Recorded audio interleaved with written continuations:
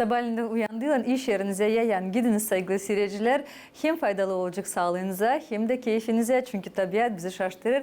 Güzel türlü renklerle. Sabahınız hayırlı olsun. Programa yeni gün sizi selamlar sevgili seyirciler.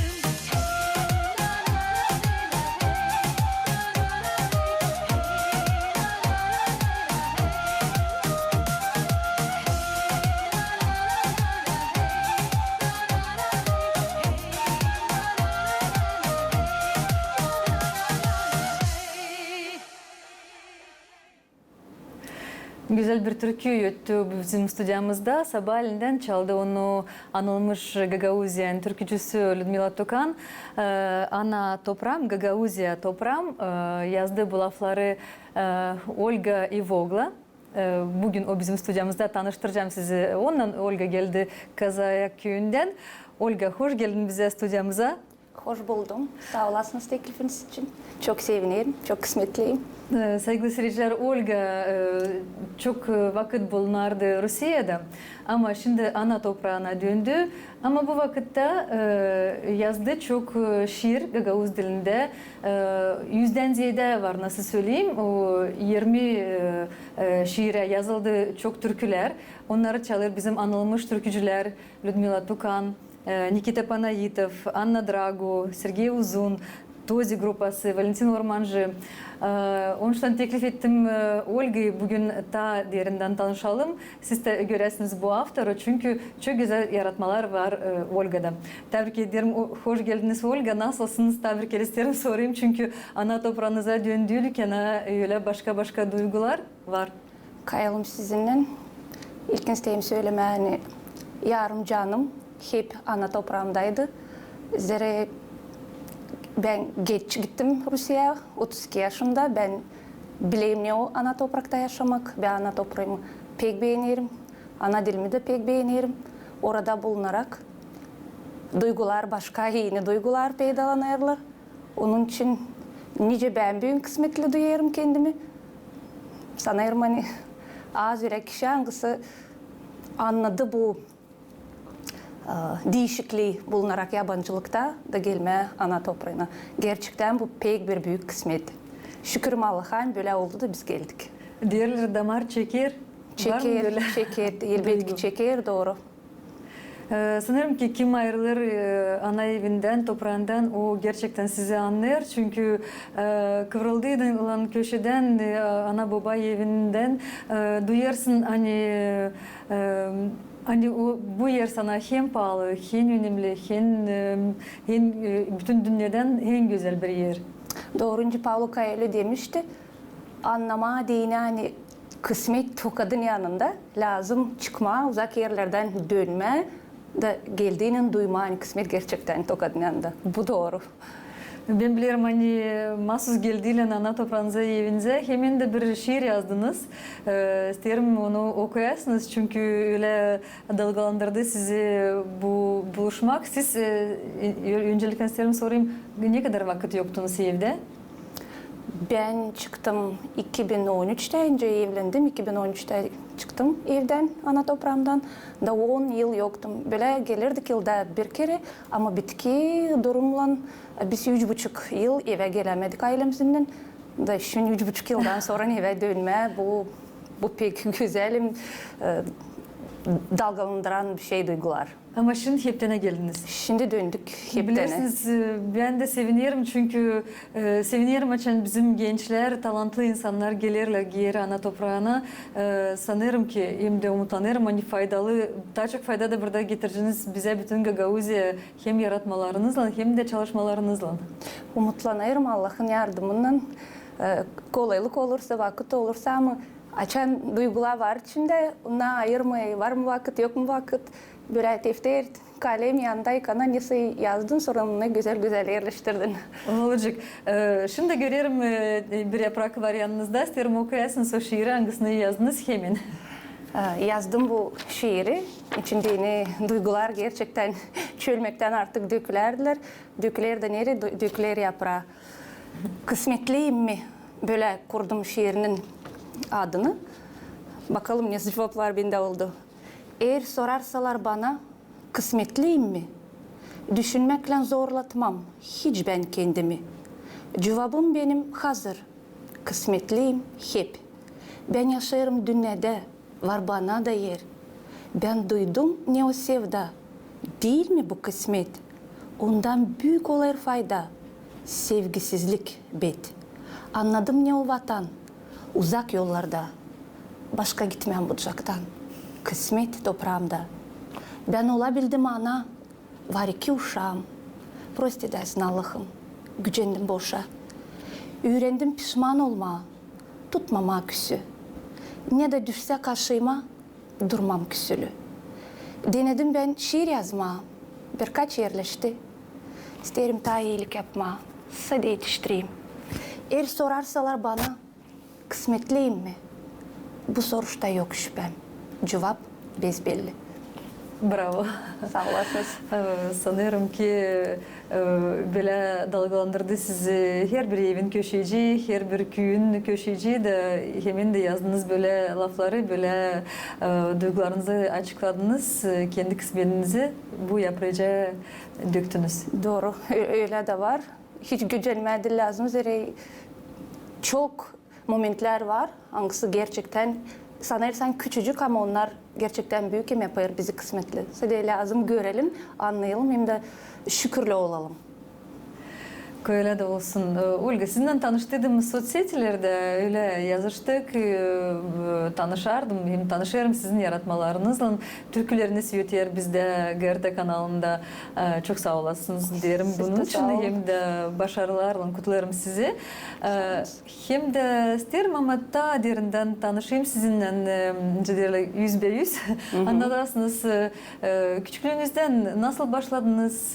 Nasıl bu defteri elinize aldınız? Nasıl kalemi tuttunuz elinizde? Hani da yazıldı böyle güzel şiirler. Nasıl ana babanız sizi doğrulttu? Diyeyim, nasıl bu yolca ayırdınız? Hani mahsus şiir yazma, bizi sevindirme. Böyle benim hiçbir niyetim yoktu. Ben bilmezdim hani ben neyse yazabileceğim. Küçüklüğümde tutmayayım aklımda hani böyle bir şey bende belli olsun. Ama bir tutarım aklımda ben bulduydum bir şiir toplumu İlkaz Türküleri. O ilk toplumların biri. Orada ben Zanya'da, Çebatari gördüydüm. Tudora Arnavut'u böyle bir güzel pelliklendi. Bana o kadar güzel geldi. Mami deme bakın mami önce güzel değil bu kadar. Da sonra ben açığa üniversitede girdim öğrenmeye. Tudorka Arnavut oldu benim kuratörüm. böyle kısmet bana düştü. Pek sevindim. Da bilirsiniz ben de uşak olarak anladıydım. Hani Gagavuzlar bizim halk o kadar talentlı. Hani onlar da şiir yazıyor, onların da var toplumları, onlar da anlatma yazıyor. Bana diyeni bu bir yenilikti. Ben bir şey yeni kendime açtım. Sonra şkola giderken bir 10. 11. klasta ben tutayım aklımda. Tamam gençlik, tamam sevda duyguları. Ben şimdi çoktan açan eve kendim alma gittim. Ben o defterciyi buldum. Onlar Rus dilinde ve onları hiç kimseye göstermedim. Hani çoğu sevda için. Da bakayım orada yazıyor benim 16 yaşım. 97-98. yıllar. Sonra aktardım açan bitkiye doğru orada var Gaguşya'da birkaç şiir. İnce ben öğrenmekten gelirim. Da ince özlemişim toprağımı da söylerim hani köyüm benim, sen o zaman da güzelmiştin ama ben bunu bilmezmiştim, ben bunu anlamazmıştım.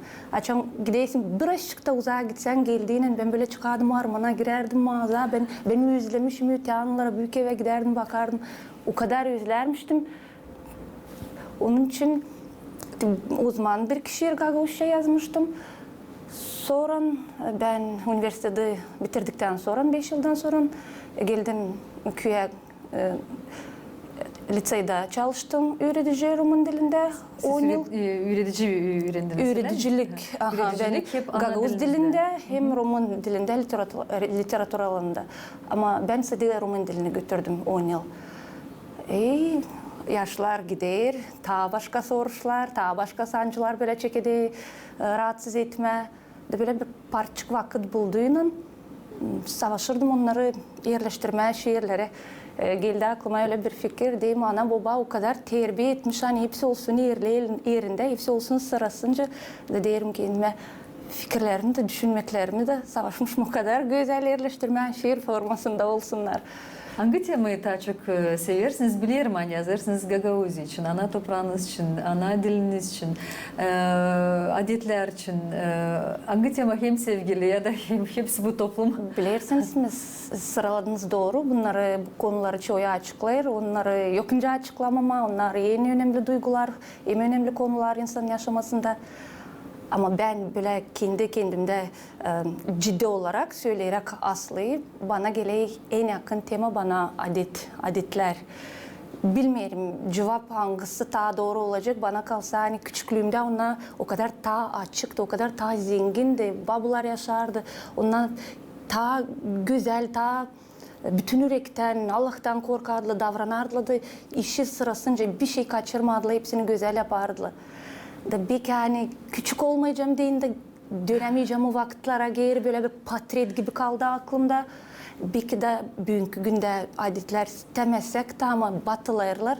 Savaşırız kullanma, büyükarla, savaşır da kullanma, gençler de kim var saygısı halkına, adetlerine ilerlediyorlar.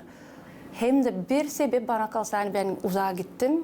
Rusya'da böyle güzellik adetler tarafından bizim Gagavuz halkımız derinden, genişten yapar bu işleri yok. Bana kalsa bu da bir sebep. Ben o kadar darsımışım, o kadar özlemişim. Hani o kıpımları ben evde gördüm. bunlar Neler şiirlerime benim gördünüz geçti. evde? Nasıl bakılardı adetleriniz? Ben bilirim hani sizde, siz 3 kız kardeş olarak. 3 mü? Aha, üç kız bir ailede. Nasıl ananız babanız sizi terbiye etti? Hem nasıl bu adetleri kullanardınız siz evde? Nasıl onlar size görünerler sizin bakışınıza göre küçüklükten? Biz 3 kız ailede. Mamu gerçekten bir halizden gagavuz karşı. O her bir işi bütün yüreğinden bağlanıp da yapardı. Kolada mı, yeni yıl mı, paskelle mi, hederleys mi? Biz ne kuvvetimizde var mamu yapabilirdi. İsterim söylemen bizde ailede Sade Gagavuz dilinde laf ettiler. Bizde böyle zamandaş yortular nice yeni yıl biz hiç bakmazdık. Bizde hep horcu tutardı, horcu tutardı. Mamu biz tabii ki tutardık, tutmayayım artık aklımda. Biz eskice yeni yıllara bakardık. Koladayı, hepsi o yemekler, terim aklımda hıyhıycılar gelirdi. Biz böyle yeni büyük eve, süslü bulgurları taşıyardık. Paçalar hani soğukta dursun, donsun, güzel olsun. Hangi yıllar 96-97 böyle yokluk yıllardı. Mama evde kovrikte yapardı. Bunları Siz de bilirim hani siz de denediniz dokuma pahalı vardı mı böyle? Bu da vardı bizim mamu düzen parça pahalı dokuma dini. Mamu bir 3 sıra bankalsa evde o düzeni kurdu. Biz onları gördük, böyle açamam çıkardı, saklı girerdik de böyle beğenerdik o tefiyle normal bu mekiği. Kaçtırma iki tarafa çimbar vardı, o doğrudardı palanın kenarlarına. Bu konuda bendeki her şiirde var, ben onu kendim anacığıma başladım. Tutarsınız aklınızda belki bir iki sıracık söyleyeceğiniz bu adet için hem bu kilimler için, gagavuzların kilimleri için. Kilimler söyleyeyim bir şey mi? Baladan kari sonra biz 3 kız dini çizler hazırlanardı. Sade ilde satın alma böyle seyrek bir şey olmalı olardı. 13 yaşında da ben şimdi getirdiğim aklıma biz 2 kız kardeş, Kakum hem ben, Mamu. Biz oturduk kilim kırma. O başka türlü bir şey, bir düzen ayakçı da 3 mü 4 mü kişi oturur çitki önünde güzel renkler, güllü, koraflı. Dokuyardık, Mamu derdi bak dikkat ol, bab dışı bırakmasın, zira yerlem dönme, sökme, oyalana işlemlerlesin, işlem hızlı Kendinize çeyiz yaptınız öyle mi? Biz 3 kilim kırdık, 2 de palas. Var öyle niyetim, ne zaman evime yerleştireceğim, bir içeri mutlaka böyle Gagavuz stilinde, önce mamlarda, büyük evde vardı bu kilimler, bu... Artık onlar daha faydalı, natural iplikten boyalar. Doğru, faydası değil de. Bizim sağlığımıza faydalı. Faydalı, doğru. Güzel işler ama başka iplikler, başka sentetik. Değil, ne yapıyorsun? Sen orada pay aldın, ondan pahalı bana kalsa bir şey yok. Gerçekten. Başka türlü davranıyorsun bu işe. Hem de uşaklar da görsünler, hani vardı hem var bu güzel el işleri. Vardı, var, güzel. İsterdiniz bulma bir iki lafça okuyasınız bize. Bu düzen mi? Bu bularsınız iyi olacak. Şimdi düzen. Bir paycızını okuyayım. Bir paycızını okuyun. Lanka kurmuş düzeni. Donatma ister evini. Parça pala dokuyacak. Karı mutlu olacak. Erişler hazır. Argaç. Eriş ince nice saç. Parça kesilmiş çoktan. Kıvradılmış ne zamandan. Sazdan masurlar bekler, ip koptu, lanka ekler, sarıldı onlar güzel, masur dolu sepetler. Düzeni lanka döndü, 3 kere stavroz düydü, iyi saatte iş başlasın, işten yürek hoşlansın. Pek hızlı mekik kaçır, yeni sıra dokunar, beyaz sıra, yeşil sarı, gülümser bizim karı. Burada durgunacağım. Bu gösterir hani Gagavuz karıları çalışkan da mekik kaçarsa demek ki karı da çemrekeli hızlı döner. Öte onlar benim gözümde kaldı. Şükür Allah'a hani bu kıpımlar, bu işler evde yapıldı da böyle bir boşa kalmamış. Önce Tatyana Çernigovskaya imik elek değilmiş, oradan bir şey silkinmermiş. Öte benim de aklımda kaldı. geçirdim onları şiirlere. Mamcığım da mutlu olsun. Mamucunuz da babanız da ben biliyorum hani babanız o çalışmış traktorist çok yıl. Ondan da ne örnekler aldınız? Niye, nasıl o sizi terbiye etti baba olarak? Çünkü 3 kız, karı. Nasıl şimdi isterim açıklarsınız bunu hani babanız dilde üretici, dilde bir belki başka zanatta sıradan bir insan. Sıradan bir Traktörist. adam. Sanırım böyle adamlardan, insanlardan daha da çok örnek alırsın çünkü onlar toprakla çalışırlar. Onlar daha da meraklı historiyaları belki anlatırlar. Onlar da kalırlar aklımızda. Sizin de kız olarak nasıl? Babam gerçekten çok toprağı seven bir adamdı. Traktörde çalıştı, bütün yaşamasını kırları sürdü. Derinden pulunu battırdı, üstün körün iş hiç yapmazdı. Evde bizde öyle işe lazım konma, işi lazım öyle yapmamam dedi. Sıra gelmesin ikinci onu yapma. Sen de utanmasın sonra prost iş yaptığın için. Ben eminim bunda hani sevgi toprağıma bana geçti babamdan. Bilirsiniz uzakta bulunarak geldiğinin eve köyün çok güzel kokar, sabahlar, akşamlar, o toprağın kokusu da gerçekten başka türlü. Bundan pahalı yok. Babam bu sevgiyi toprağa bize gösterdi. Hem de hep öğretti bizi hesaplı olma, cevaplı olma, hangi işten bağlanmayasın, yüzünü kızartmama. Varsa kolaylık yardım etme bir insana, hiç düşünme. Gene de gelir bu başka bir akıllı adamın Seneca'nın lafları. Sen açan bir işi bağlanayısın yapmayı, 2 kat yaparsın o zaman açan düşünmeyirsin. Senden istediğim yardım sen düşünmeden lazım açan yürekten gelir senin yardımın yapacağın, o cevap birden gelir. Hem de tanıma, şükürlü olma. Bunlar babama şükür ederim. Bugünkü günde yok babam. Ama yok öyle gün. Hani gelmesin babamın nasihatı aklıma. Gelmesin onun o derin fikri aklıma. Yüzü de hep gözümün önünde. Hep sanırım neresi uzağa gitti. Ama içimde. Onun için babacığım sağ olasınız böyle bizi terbiye ettiniz. Da, Allah rahmet eylesin. De isterim değişme. Siz kendi uşaklarınızı nasıl terbiye edersiniz? Ben biliyorum hani uşaklarınızla da laf edersiniz Gagavuz dilinde. Kocanızla birlikte. Biliyorum hani güzel, kemil adları da onlara ayırdınız. Var nasıl söylersiniz? Bu da çok bir moment interesli Gagavuz ailesine değdi. Ben Gagavuz dilini severdim, severim. Seveceğim. Eminim hani seveceğim de. Ben sanardım hani ben büyük bir patriot. Ama açan evlendim. Necdiyalı kafa kafaya üstün. Benim kocam benden de çok patriot. O dedi hani evde laf edeceğiz. Hadi Gagavuzca uşaklarımız olursa da Allah verirse de Gagavuzca laf edeceğiz. Hem de anlaşalım şimdi. Uşakların adlarını koyacağız Gagavuzca. Ben böyle anlamadım. Yok Gagavuzca ad. Der, niçin yok? Bak buraya. Var güzel laflar. Angların manaları derin. Anglar hoş kulağına, güzel öterler. Kayılsın mı? Derim kayılım. Allah'a şükür var oğlum, var kızım. Oğlum 8 yaşını tamamlayacak. Onun adını koyduk Arif. Arif olsun. Kışazım 4,5 yaşında. Onun da adını koyduk Sevin.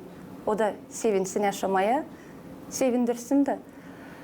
Gagavuz dilinde böyle korku var da hani 2 dili enseyemeyecekler. Köstek olacak bir dili bir dile. Bu yanlış bir şey. Uşaklar fikirli. Onlar 3 yaşından okuduydum 6 dil varıncıymış öğrenebilsinler. Onlar güzel laf ederler Rusça, onlar laf ederler serbest Gagavuz dilinde de. Bu sanırım hani doğru. Biz yapmayız bu işi hani başkalaşma deyin kimdenseydi. Biz yapmayız bu işi ne biz lazım yapalım. Bize analar babalar bu dili vermişler. Biz de ne biliriz, biz de ne lazım. Bu bizim borcumuz dili korumaya ilerletme. Bu hiç dil zor bir şey. Laf ederse onlar da işi değil kalaya aklında uşak açan çekirdeği laf etme. Hem de laf etme. O artık ne yazılmış fikirciğinde onları kolay kolay öyle laflar onlar söyler, öyle görerim diye anneti burada iki çekirge. Akıl tutmuş, işitmiş, onlar söyler. Onun için saydık, hani Gagavuz dilinde, uşaklar ana dilinde laf etsinler. Güzel. Olga, isterim gerçekten sorayım bu soru hani yazarsınız öyle dil çoktan var nasıl diyeyim öyle mi? Yani ne kadar? Doğru böyle hani sistem adayınca Ruslar değil, gerçekten dil çoktan. Dil çoktan ama öyle tanıttınız kendi adınızı, tanıttınız kendinizi çok bizim türkücülere. Çünkü alırlar sizin laflarınızı, sizin güzel şiirlerinizi de ileride derler müzika yazılır bu şiirlere güzel onları yöterler. Nasıl bu oldu? Nasıl bu bağlantılar kuruldu artistlerle? Nasıl tanıştınız? Nasıl bu büyük yol şansora açıldı size diyeyim? Bilirsiniz mi gene de söyleyeceğim hani benim yaşamamda çok öyle meraklı buluşmalar hem de talantlı, silah yürekten insanlar çıkıyor yoluma. Bu Allah'ın kuvveti elbet ki. Ben açan evlendim de 2013'te geçtim Rusya'ya. Yöneticilik etme orada elbet ki kolaylık yok. Gagavuz dili, Rumun dili. Ne yapma. Alışveriş merkezine gittim. Ruba satardım. Bir sabah ben Elektrostal kasabasındaydım. Orada çalışırdım, orada yaşardık. Gideyim işe, her sabah yakın 9'a ikinci kata binerim. Ben işitirdim hani Rusya'da Gagavuz varmış ama hani böyle Elektrostal'da da ben onları raz geleyim. Bana dini bu şoktu. Hani deme. Bineyim ikinci kata, işiterim türkü toplanalım sevgicem, içine o gül çiçeğin. Elbet ki Ludmila Tukan'ın türküsü. Ben Ludmila Tukan'ın türkülerine seslerdim, bilirdim. Benim gözlerim o zaman nişan, yüzümde bezbelli yazılıydı. Şimdi ben de düşünüyorum kim bu türküyü acaba seslerdi o merkezde? Bende de bu soruştu. Rusya'da seslerle Gagavuz. Duruyor bir Karagöz olan bir de insancık selamımı veririm, yaklaşırım. Utanmak böyle kıyışıksızlık hiç yokmuş bende. Çünkü açan buluşarsın bir insanla bilirsin hani o Gagavuz. Götürür, o duygu götürür. Sana yabancı ama hemen de olur kardeş gibi. Bu halizden öyle yaklaştım, selam verdim, sordum. Deyim, angınızın salonunuzdan demişler bu türküsü. Deyim, bilirsiniz mi kim çalıyor onu hangi dilde? Karagöz olan der. Biliriz, ben Gagavuz. Gagavuz mu? Neredensiniz? İkinci soruşum. Çadır. Ta da yakın çadır kazaya kıyın gezek yol. O kadar sevindim. Doğru söylediniz Natalya. Açan sırada işi dersin ki benzeyen lafları da ama açanda kişiyi göreysin. Gerçekten sen kardeşini, Batyunu görmüşsün. Da, o Karagöz olan Valentin Ormancı'ydı. O zamandan beri biz Valentin'den güzel bağlantılar kurduk. Belli oldu Valentin'in de niyetleri. Biz çalıştık çok bile. Bu buluşmaktan sonra bana gele bu bir kader nişanıydı. Bu bir sesti yukarıdan. Hani benim yolum biraz sapacak da başka bir daha genişlenecek bu yaratmak yolunda. Ben dildim hazır, ben bilmezdim hani böyle olacak. Güzel oldu. Biz de bu temayı açıklayacağız. Valentin de çünkü teyze yakışık gelecek bizim stüdyamıza. Öyle. İsterim söyleyeyim hani çok türkücüler var hani çalar sizin türkülerinizi. Sergey Uzun. Bilirim hani onun da türküsü var. Onunla da nasıl tanıştınız? İlkin benim öyle niyetim yoktu. Sergey'le bağlanmam. Vardı bir tekst. Ben onu teklif ettiydim Natalya Deniz'e. Dedim ama burada güzel bana kalsa duet olacak. Bakın beğenirseniz, isterseniz bulabilirsiniz. Yakışırsa lafla size.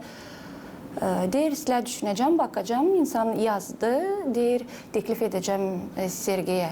Onun da öyle katife sesi bana kalsa diye güzel olacak. Dedim bakın Natalya Artık bana bağlandı benimden sonra Sergey.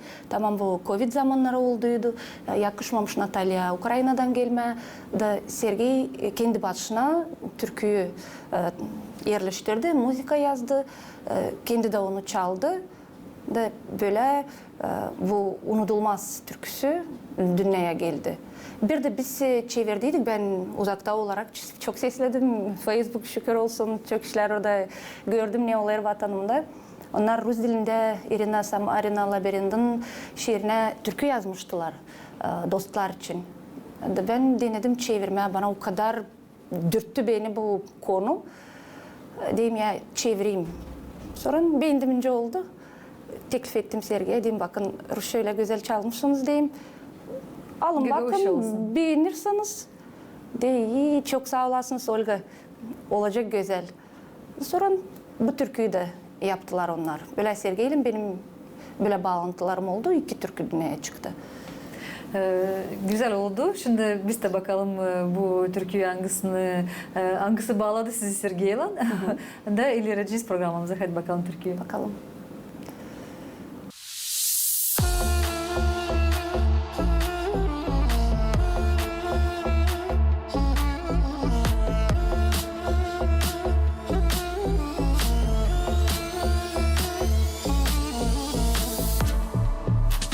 İlk yaz açardı dolayda, yalpak lafın hep aklımda.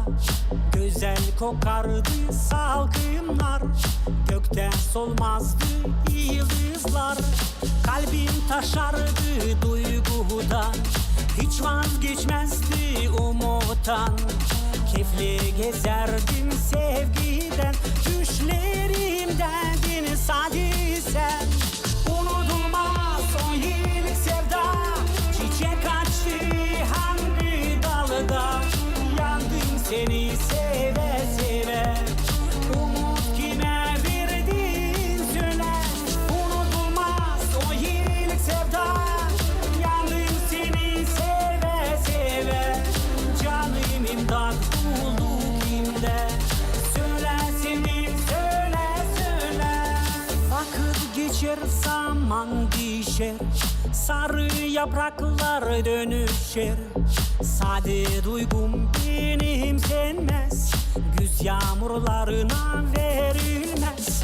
Su rüzgarlar çoktan yeser, sevgimse de aleflenir. Acı tatlı sancı dürter, kavuşan sabah kalbim bekler. Unutulmaz o yıllık sevda, çiçek açtı hangi dalda. Yandım seni seve seve, umut kime verdin söyle. Unutulmaz o yıllık sevda, yandım seni seve seve. Canım imdat bulduk kimde, söyle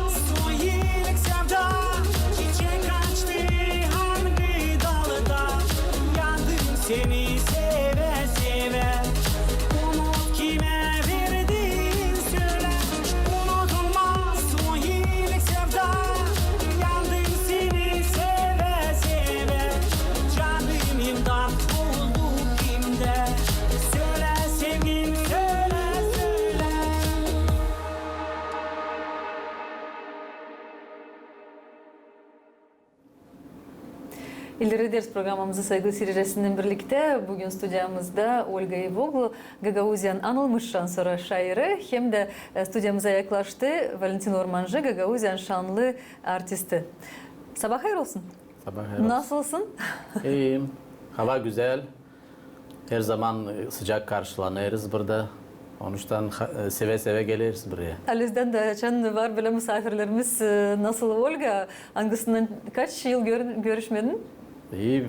Biz bir kere görüştük 2014 yılda. Ondan sonra görüşmedik. Şimdi Sef'te. Olga anlattı, hani buluşmuşsunuz Rusya'da bir merkezde. Ben öyle düşünüyorum, hani Allah uydurur, Allah doğrularmış talantlı insanları birbirine de, çünkü bu bir talant daha da büyük olsun, mega talant oldu. Çünkü sen de, ben bilirim Valentin, Olga'nın yardımından, ama senin de yardımından çok yıldızlar var bizim Gagauzya'da, şılarlar. Önce derler с легкой руки, senin iyiliğin uğrundan. İsterim açıklayasın, anladasın bu bağlantılar, şınangılar, korulular sizinle Olga'yla. Doğru söylüyorsunuz, çünkü gerçekten öyle. Hani benim uğrumdan çok artistler peydalandı Gagauzya'da, çoğuna da yardımcı oldum. Ama Olga'yla da Allah öyle bizi karşılaştırdı. Doğru vakitte. Benim vardı şansölye hazır muzikalarım, o Türkler anglar beni anılmış yaptı. Ama vardı başka da türkü lafları da Olga'la açan tanıştık. O bana yardımcı oldu tertipleme. Bugün de yardımcı oluyor. Her bir programa da ben bunu söylerim. Çok böyle nasıl söyleyeyim? Beklemeden böyle bir büyük bir buluşma oldu. Olga'la tanıştık. Ludmila Tukan'ın türküsünü ben seslerdim. Sonra da öyle oldu, hani beraber Ludmila'ya yazdık türkü. Sonra Olga yazdı ona türkü, sonra başkalarına böyle ben tanıştırdım onu başkasından da böyle ortaya çıktı çok türküler. Onun da kahvesi açıldı. Gün günden daha çok şiir yazıyor. Sanırım hani yakın vakitte kağıdı da çıkacak, çünkü böyle becerikli insanları Gagauzyalam işitsin, duysun. Ben pek sevinirim hani, çünkü o bana denince kız kardeş. Biz o kadar hem de yabancı yerde daha pek bizi birleştiriyor de bu nice diyorlar Yaratıcılık. Yaratıcılık, hem yaratıcılık duygular. hem de hani gurbetten nice böyle daha bir kan gibi orada birleşiriz. Onun için ben sevinirim hani buluştuk da Olga'nın da işi ileri gider, hem de çok türkücüler mutlu, hani ondan çalışıyorlar. Bundan daha güzel naş bence olsun. Güzel. Dediniz Ludmila Tukan öncelikle çaldı sizin türkülerinizi. Ne kadar türkü? Ben bilirim bir 5-6-8 mi ne kadar var Ludmila'nın türküleri sizin laflarınıza? Ludmila'yla. Çünkü o da, keserim lafınızı, çünkü o da her zaman ne zaman gelir bize stüdyoya ya da ne zaman buluşursa ondan bir interview, hep bir Olga Ivoglu'nun laflarına, Olga Ivoglu'nun laflarına bitki zamanlarda. Valentin'in hatırından Valentin böyle çıkarardı koyunsundan defteri, bakalım burada bu ne isteyi, bunu bakalım. Ben de başladım göstermeye benim şiirlerimi, tamam evlendiydim, başka duygular deyim, göstereyim ben de deyim. Şimdi pek olay, hiç sakınma, yaz. Daçan tanıştıydı Ludmila'yla, kendi tekstlerini göstermiş, benim orada birkaç vardı. Da ilk türkü angasını benim laflarıma hazır şiiri artık çaldı, hem hazırladı Valentin, refreni yazdı, muzikayı yazdı. Türkü sensiz. Ondan sonra ta 7 türkü biz yaptık, hepsi 8, birini de çevirdik de böyle 9 türkü Ludmila'yla bile biz Valentin'le çalıştık var anglarına. Muzikayı Valentin yazdı, refreni doğrulttu, yerleştirdi. Ben öğrendim, sonra Valentin'in yardımından artık kendim refreni de yazardım. Bilirim artık kuralları, neler olsun tekste. Onların hatırından ben de isterim yeni öğrenme, isterim ilerleme, isterim iş yapma. O bir şiir yazmıştı, Tatlı Gece. Çok bana meraklı geldi ama o değil benim için çok güzel. Ben de kışmam pek onsan okuma. Ben de dedim ben inadına yazacağım bir türkü, Tatlı Gece. Da yazıldı o türkü, artık çok sevildi. Ludmila Tukan'dan onu yazdık. O ilk Ludmila'la bizim çalışmamızdı. Sonra Can daha yakından tanıştık. Sonra bu Sensiz türküyü gösterdim ona. Ludmila pek beğendi o türküyü, hem de çok değişik onu okudu. Ta sanki geçirerek, duyarak sanki onun historiası gibi. Onun için çok insanlar da kim sesleyici gördüler bu değişikliği, hani sesinde başka bir sıcaklık, başka türlü o duyguları. Çünkü hepsimiz birbirimize fayda veririz. Allah boşuna bizi Hem karşılaştırmadı. örnek hem dayak ile var, nasıl diyeyim? Yardım. Yardım, doğru. Ben bileyim, hani sen yardım ettin, hem çalışardın da Anna Drago'yla, onunla da siz tanıştınız, onunla da kuruldu öyle bağlantılar, yaratıcılık uğrunda. Nasıl bu oldu, Valentin?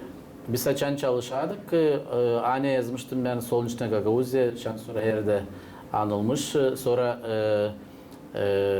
Olga da yazdı lafları da diye pek beğeneyimce bu kişi çalıyor da biz Alem Bucakta Güz o türkü yaptık şarap yortusuna diye. Derim göster insanca, sen de müzikayı yazarsın diyeyim. Belki beğenecekler, beğenirse de alsınlar. Da annenin babasından biz böyle kazanda bulunardık. İnsan telefonu açtı. Sevindi, insan şükür etti. O da kendi onun kası içi sevinir, çok yardım eder de böyle hoş kabul ettiler. Bu diyeceğiz bir bağışışı bana deyin, o bir şey, küçük bir şey. Ama sorun Valentin hatırından. Ama küçük işler sonra büyük işler oluyorlar. Hem de gerçekten sevindirirler bütün Gagavuz halkımızı. Önemli, yani tanıştılar. Sonra da yavaş ilerledi onların da işi. Yeni türküler yazdı.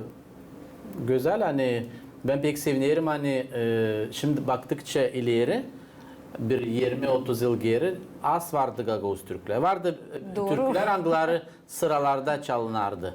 Ama estrada türküleri çok az vardı. Ama şimdi yıldan zenginleşti bizim kültürümüz, yeni türkülerle, yeni oyuncu ansambullerle. Bu gösteriyor hani bizim kültürümüz ilerler de sonra tanıyırlar bizim kültürümüzü başka devletlerde de. Onun için ben çok gittim festivallere, başka türkücüler temsil etti Gagavuz'u orada. Onlar da öğrendiler, var böyle bir halk, küçük ama kuvvetli bir halk. Hem de becerikli insanlar var bu halkta. Çalışkan. Onun için ben sevineyim, hani var böyle kolaylık, hani var GRT kampanyası hangisi bizi yüze çıkarıyor. Böyle becerikli insanları tanıdır, hem de güzel tanıdır. Bu çok önemli. Biz de çok seviniriz. Hani siz varsınız, hem de önce dedi Olga beğenirim, hem de beğeneceğim ana dilimi. Onun için daha çok yazın biz de büyük hevetle sesleyeceğiz, hem de bekleyeceğiz artistlerimizi. Şimdi sesleyeceğiz Anna Drago'nun türküsünü. Sonra da stüdyomuza yine döneceğiz. Hadi bakalım.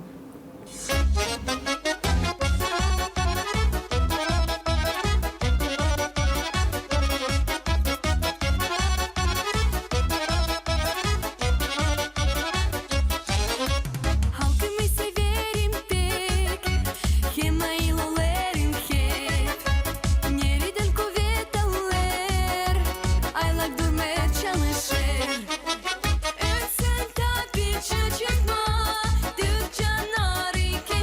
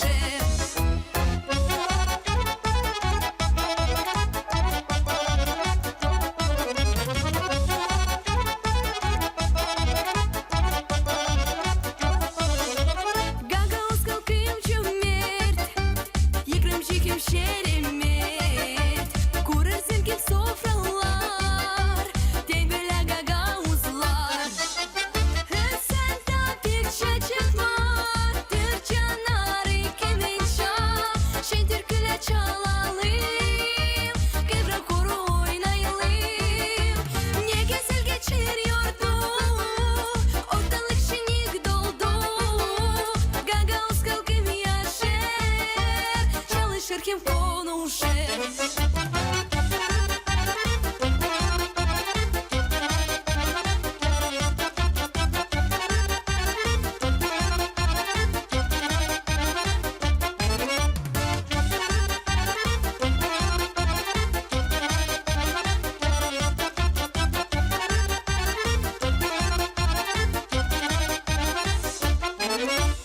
İlerlediğimiz programımızda sevgili seyirciler sizinle birlikte Olga Ivoglu stüdyamızda anılmış Gagauzyan şairi hem de onun dostları tebrik söylerim Valentin Ormancı hem de bize yaklaştı Nikita hem Oksana Panayitova anılmış Gagauzyan türkücüsü Nikita hem de onun mamı hangisi yardımcı olur onu ilerletme, onun yaratmalarını.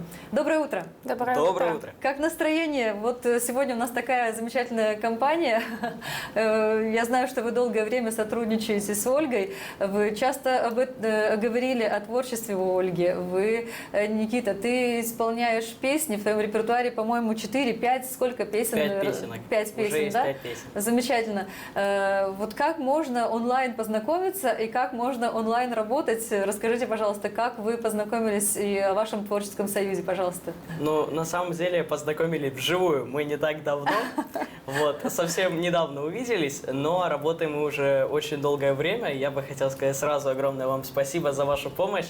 Вот, без вас было бы очень сложно. Как же мы познакомились? Вообще, когда у меня появилась моя первая песня «Чебрек Оглан», вот с вот этого момента мы начали вместе работать, с самой первой песни. Вот так вот. И всегда как бы обращались за помощью, потому что без nее было никак. Çimrek Oğlan bizim stüdyamızda. Ben bilirim hani o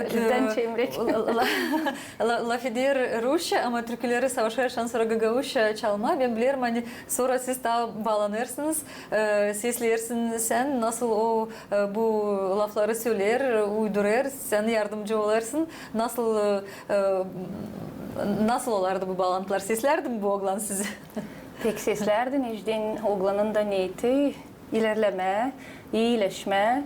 Hem de söyleyeceğim hani çalır Gagauzya pek güzel. Onun Gagauziyası yerinde. Gene de Valentin'e şükür ederiz. Necdet'in başladı işleme. Nikita'yla ilkin Valentin. Çemrek Oğlan da neyse bana yetişti. Gene Valentin, ben Kazan'daydım artık. Der bak Olga yazdılar güzel bir Rus teksti var.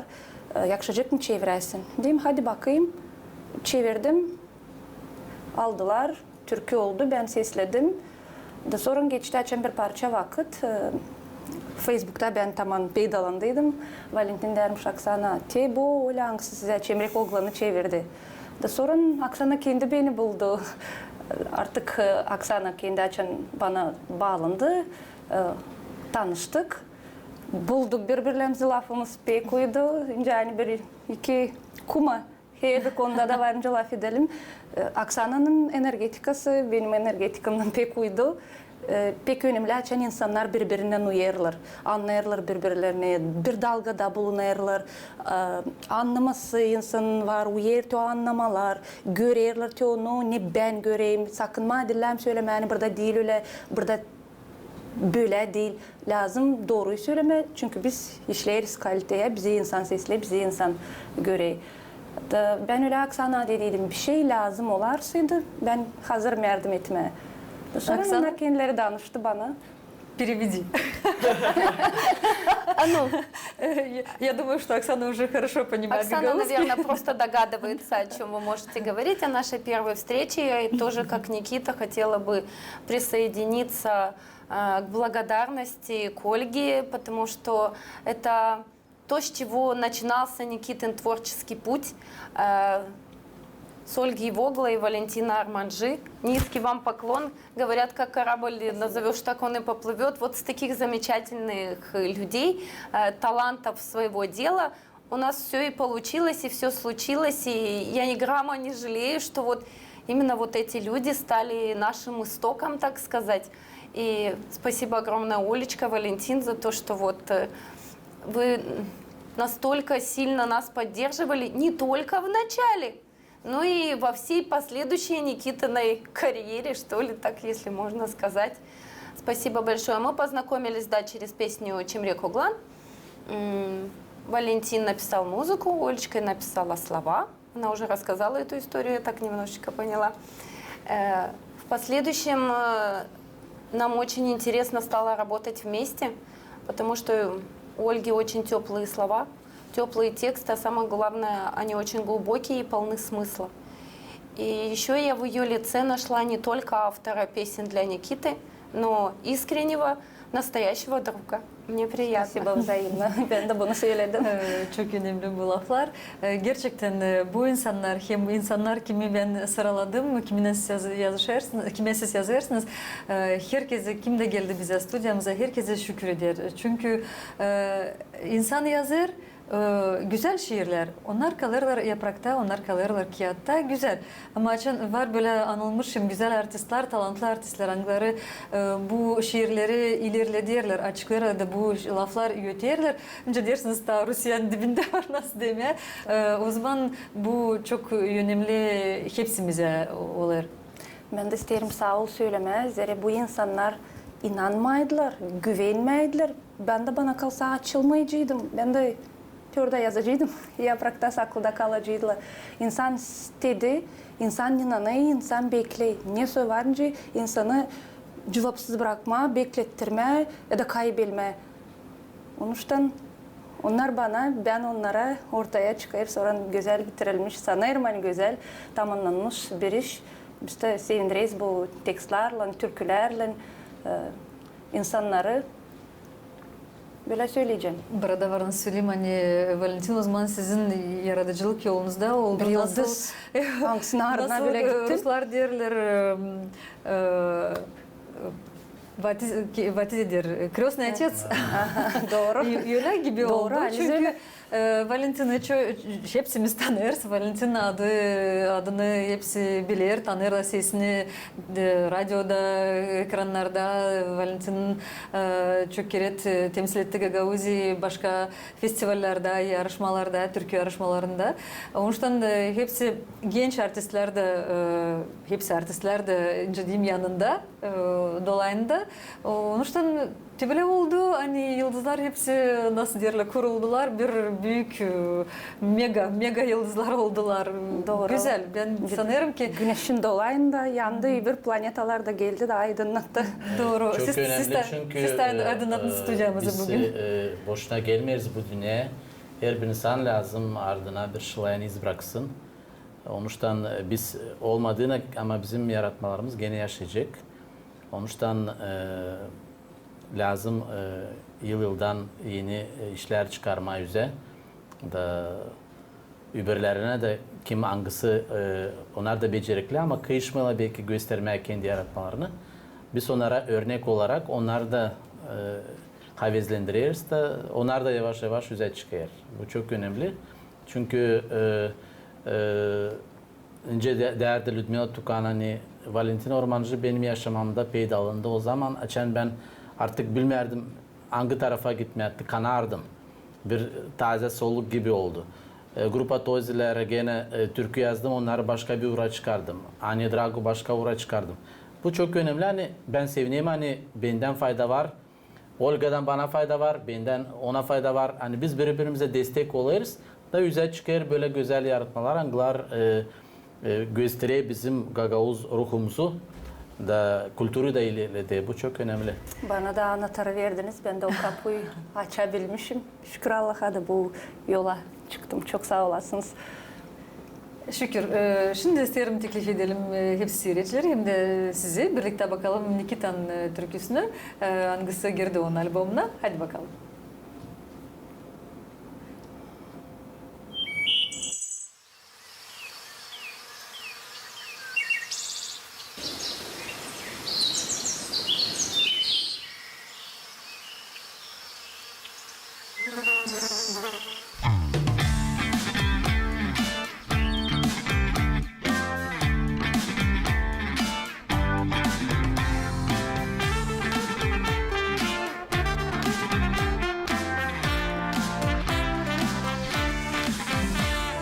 Kısmetliyim ben, var bir de vatan. Çiçekli bucak, başı şollaktan. Her sabahsın, döner toprağımda.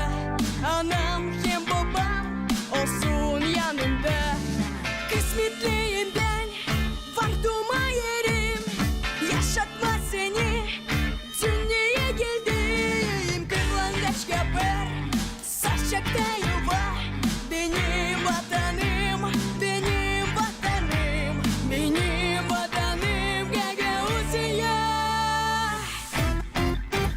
Kısmetliyim, kısmetliyim, var vatan bende. En güzel bu yer, bütün dünyada. Kısmetliyim burada, ilk adım yaptım. Gagauzya, Gagauzya, Gagauzya vatanım.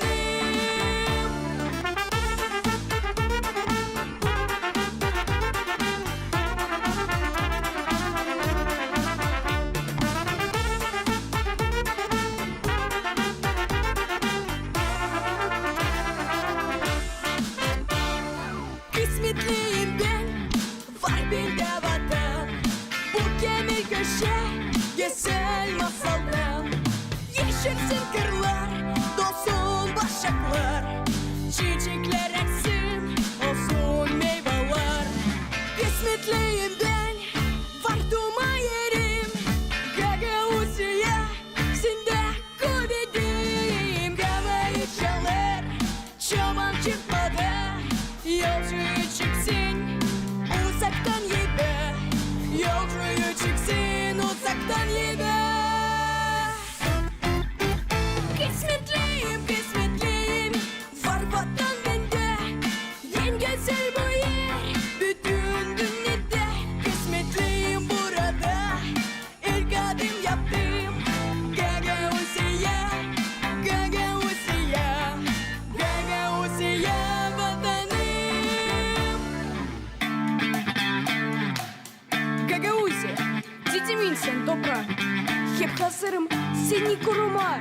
İsterim burada çalışma. Toprağımda bir güzel iz bırakma. Kısmetliyim, kısmetliyim, var vatan bende. En güzel bu yer, bütün dünyada. Kısmetliyim burada, ilk adım yaptım. Gagauzya, Gagauzya, Gagauzya vatanım. Gagauzya vatanım.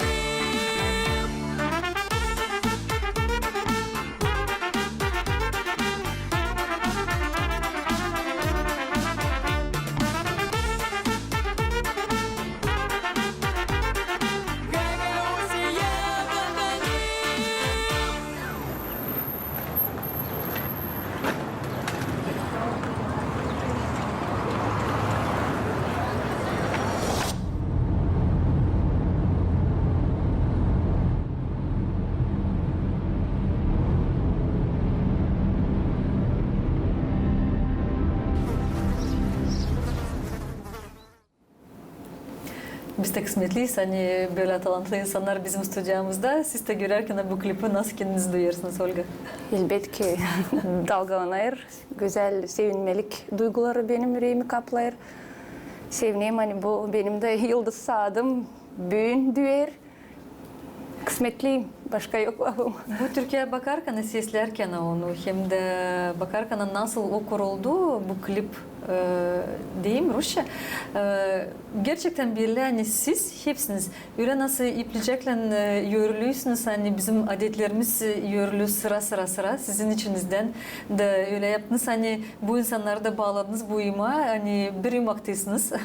Çünkü bu klipte hepsini almışsınız hesaba, çamurda nasıl insan çiğnerdi samanlı, nasıl su vardı, Adetler sobaları, gösterelim. adetler hepsi hani her bir lafçazın yercezi var, hem de her bir momentin yercezi var. Şimdi bizim programımız da yaklaştı sonuna ama isterim sorayım. Bilirim ben sizin şiirleriniz çıkarlandı jurnallarda, Gagavuz Yazıcıların Birliği hem de uşakların jurnalında Guguşuk. İsterim sorayım nasıl bağlantılar oldu bu anılmış yazıcılarla? Gerçekten ben utanacaktım. Ben böyle setlerde Bilirim, onun için de şiirlerimi sordum. göstermezdim. Bana kalsa 22 dekabrda Taman Gagauzya'nın yurtusu vardı. Ben Facebook'ta paylaştıydım Gagauzyaçı bir şiirle. Da bana 31'inde yazı Facebook'ta Konstantin Ivanoviç Kurdoglu Der Olga, siz yazarsınız tekst mi, şiir mi yazarsaydınız, yakışırım bana yollasınız. Bizim var böyle bir jurnalımız. Nerede toplarız genç atları da isteriz sizin de şiirlerinizi koyma. Ben öyle sevindiğimdeyim. Ne güzel başır bana yeni yılçı. Şükür ederim bu adamı. Neçindeni o adam da bana inandı, güvendi. Sonra teklif etti, ben çevireyim de Rus dilinden Gagavuz diline. Ben hiç bilmezdim, hani ben çevirebileceğim, yapabileceğim diyeyim, savaşacağım. Beğenirseydiniz, vakıdıma yerleşirseydim, kaliteye göre uyursaydı. Ben hazırım hep yardım etmeyeyim de faydalı olma. Bu adamın bütün yürekten şükür ederim. Bu adam bana böyle yazardı, sorardı, desteklerdi, inandırırdı kendi kuvvetime. Ta bir jurnal uşaklara değinip, burada ben istedim deneme kendimi uşak janrasında da Güllü Hanım'la da Güllü Karanfil'le kurdu güzel bağlantılar. Tanıyardı benim kocamı. Sonra biz tanıştık, bizim aileyle artık dost olduk bile. Da der bak ya denesen uşaklara değin de bir şeyler yazma. Denedim, bilmeyecelerden çekettim. Sonra şiirciler oldu. O kariyada Aliz'den başımı eğildeyim. Ne kadar gagavuzlukça yanır, hiç yorulmayır, kimseye bakmayır. Böyle insanlar lazım olsun, böyle insanlar temeli koyar. Sonra da yavaş yavaş inanın, kuvvetlen, optimist notalarla duvarları işlerler. Pek umutlanırım, hani güzel bir yapı sonunda olacak. Uşaklar da Gagavuzca laf edecek. Bu pek önemli işler, pek lazımlı işler. Gerçekten çok sağ olasınız. Sağ olasınız Olga. Şimdi istiyorum sorayım sizin aşağı sonra dediğiniz yakın 100 şiirleriniz var. Onların da hazırlanır mı toplumu? Onların da ne zaman onlar yüzeye çıkacaklar? Hani biz de onları görelim, okuyalım. Cevaplarınızı istiyorum sorayım, açıklarsınız. Niyetim pek yoktu ama şükür ederim benim dostlarım, anglar evde senin şiirlerin lazım bir topluma yerlersin. Valentin de bunu söyledi, sonra bir periodachada Aksana'dan işittim bunları.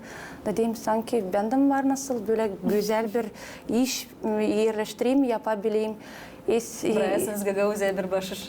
Eğer bu bana birkaç vakit geri bu bir düşgütmekti bana diyeni. Böyle bir yıldız hangisinde ben sanardım ben yetişemeyeceğim. Şimdi artık bende oldu bu niyet. Ben onları topladım, yerleştirdim. Böyle türlü fikirler var kafamda. Allah'ın yardımıyla bilmiyorum ne zaman olacak. Necdeyin bu iş hızlıdan olmayır, kolaydan olmayır. Oraya lazım redaksiya, oraya lazım resim, kağıdın kabı. Ama pek isterim bu iş başa çıksın. Vakıtıma göre, kuvvetime göre istediğim var, istemem büyük. İsterim bitkide yerleştirme bir güzel kağıda onları da insan hangisi sever şiir okuma, hangisi aldığının o kağıdı eline aktararak, okuyarak bir imdat mı bulsun kendi sancısına, bir soruş mu, bir cevap mı bulsun kendi soruşuna, böyle faydalı olsun. Bu benim gerçekten hem düşgütmem hem niyetim. Sanırım hani Allah'ın yardımıyla gelecek, geç vakit bu işte olacak. Sanırım ki Allah yardımcı olacak, hem de yardımcı olacak size böyle insanlar kim yanınızda, kim de süper görecek programımızı. Onlar da hesaba alacaklar. Sizin talantınız hani öyle bir tarafta kalmayacak, hem kalmıyor da hepsi niyetleriniz asla çıksınlar. Ben size bunu dilerim. Сирм, нейси дилемеклер, пожелания этим добрым утром, пожалуйста, от вас, от Никиты. Хотел бы пожелать всем всего самого наилучшего, прекрасного. Пусть все ваше утро всегда начинается с чего-то хорошего, и зла у вас в жизни не было. Всего вам самого наилучшего и прекрасного. Оленька, я поздравляю тебя с твоим дебютом на этой красивой передаче. Спасибо. Я знаю, уверена, что ты здесь будешь очень часто, потому что ты очень талантливый и добрый душой человек. Мы очень рады за тебя, низкий поклон. Надеюсь, что мы сотрудничать будем долго. Не знаю, как с Никитой, но детей много есть талантливых, мы найдем. Спасибо, Оль. Спасибо. Твой талант радует не только нас, но, я думаю, всех жителей Гагаузии. Спасибо большое. Senden de Ben de isteyeyim sağ ol söyleme Olga, yani hiçbir zaman çevirme hiç kimseni. alaversin, ilerletsin onun yaratma yolunu da yıldan gün günden çıksın güzel yeni yaratmalar, angılar sevindirsin bizim halkımızı da bizim halkımız kodulansın. Hani böyle becerikli insanlar var Gagauzya'da. Ben de isterim şükür etme. İlkin Gagauz Radyo Televizyonu'nu hani hesap aldı beni, hani teklif etti beni burayı. Hani böyle güzel bir buluşma hazırladı benim dostlarımla. Bu gerçekten pek sevinçli bir olay bana diyene. İsterim hep ileride orada böyle kol kola birlikte gidelim. Değişelim ideyalarla, fikirlerle de ortaya çıkaralım. Güzel türküler mi, şiirler mi, yaratmalar mı?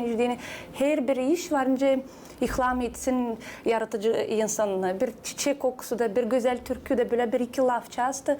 O kadar varınca kulağında, fikrinde kalsın. Yani sonra ortaya çıksın büyük işler.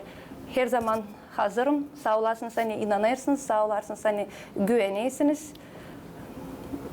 Lazım birlikte işler yapma. Ben de şükür ederim hepsinize. Yani geliniz bugün bu sabah bize mutlaka buluşma Olga'yla. Olga size tebrik ederim. Size, ailenize hoş geldiniz ana toprağınıza. Çok sağ olun. Yaratıcılık yolunuz daha da genişlensin. Allah yardımcı olsun size tanışasınız. Daha da talantlı bizim artistlerle. Согласились programı yaklaştı bitkiye. Böyle talantlı insanlar var ki Gagauzya'da mutlaka Gagauzya'nın kulturası ilerleyecek. Sağ olasınız, programımızı başardık.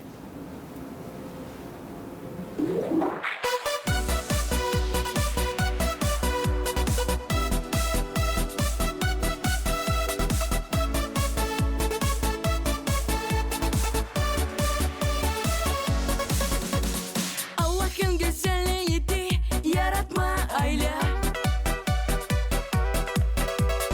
Uşaklar ana baba olsunlar bile. Yaşasın o ailede büyük güzel sevgi. İşitilsin her zaman gülüş sesleri. Yaküle bir zenginlik aileden pahalı. Bütün bizim yaşamak aileye bağlı. Sadece ailede büyük sevgi doğar. Sadece ailede doğru yol başlar. Aileyi koruyalım birbirimizi. O zaman o ailede bitmeyecek sevgi. Sadece ailede büyük sevgi doğar. Sadece ailede doğru yol başlar. Aileyi koruyalım birbirimizi. O zaman o ailede bitmeyecek sevgi.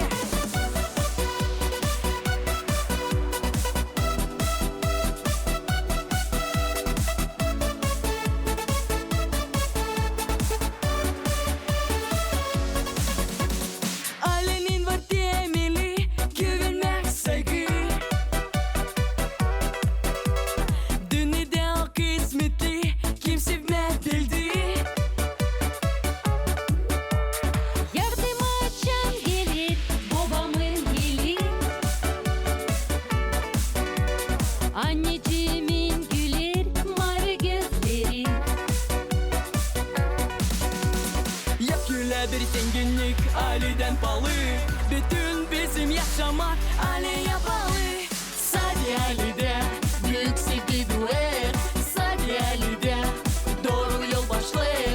Aileyi koruyalım birbirimizi. O zaman o ailede bitmeyecek sevgi. Sadece ailede büyük sevgi doğar. Sadece ailede doğru yol başlar.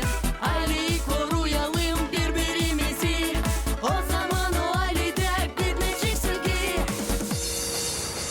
Benim ailem benim yuvam. Burada rahatlık benim sancım.